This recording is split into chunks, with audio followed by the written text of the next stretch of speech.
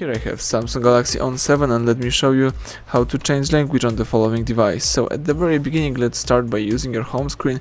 Here you need to open the list of all applications. Let's choose settings, select the general management and select here language and input.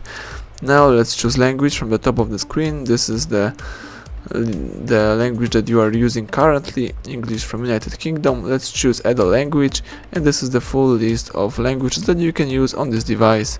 So in my case, let me just switch my language from English to Spanish. Let's tap on Espanol, choose España for example, tap set as default, and as you can see right now, the whole list of settings and also applications goes into Spanish. If you would like to go back to previous version, just find and select Ajustes.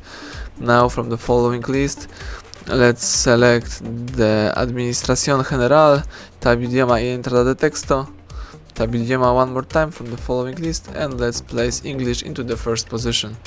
Tap Hecho, and that's it. Right now you are using the English version of your device. So thank you for watching. Please subscribe our channel, leave thumbs up under the video.